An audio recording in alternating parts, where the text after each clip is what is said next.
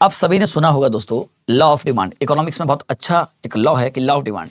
Law of demand या मांग का नियम कहता है कि यदि किसी गुड्स के प्राइस में बढ़ोतरी होती है या किसी गुड्स का प्राइस इंक्रीज होता है तो उसकी डिमांड कम होती है, डिक्रीज होती है। लेकिन दो गुड्स या दो तरह के गुड्स, दो कैटेगरी के गुड्स ऐसे हैं जिस पर ये लॉ ऑफ डिमांड काम नहीं करता।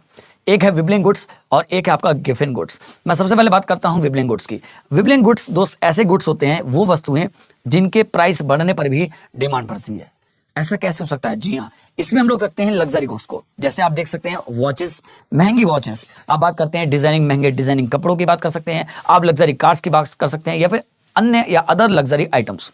दूसरा आता है गिफिन गुड्स। गिफिन गुड्स ऐसी वस्तुएं हैं जो मिडिल क्लास या लोअर इनकम ग्रुप्स के लिए ज़्यादा सही होता है प्रयोग करना। वहाँ पर उनके लिए कुछ वस्तुएं जैसे रोटी, गेहूं, चावल, है ना, व्हीट, राइस, अगर इनके प्राइस बढ़ते हैं उसके बावजूद भी इनकी डिमांड बढ़ती है। ठीक है, ये ध्यान रखेंगे। और यदि इनके प्राइस कम होते हैं तो तुरंत इसका एक अदर सब्स्टिट्यूट ढूंढ लेते हैं, ध्यान रखेंगे। बल्कि इनके प्राइस कम होने से इनकी डिमांड नहीं बढ़ती, डिमांड और कम होती है, बिकॉज ये इसका सब्स्टिट्यूट ढूंढ लेते हैं। तो आज हमने देखा कि लॉ ऑफ डिमांड क्या कहता है कि प्राइस बढ़ने पर डिमांड कम होगी, लेकिन विबलिंग गुड्स और गिफिंग गुड्स पर लॉ ऑफ डिमांड काम नहीं करता। अगले शॉर्ट्स में मैं आपको एक बहुत अच्छी जानकारी दूंगा जीएसटी से related. Thank you so much. जय हिंद, जय भारत। ये ड्राइविंग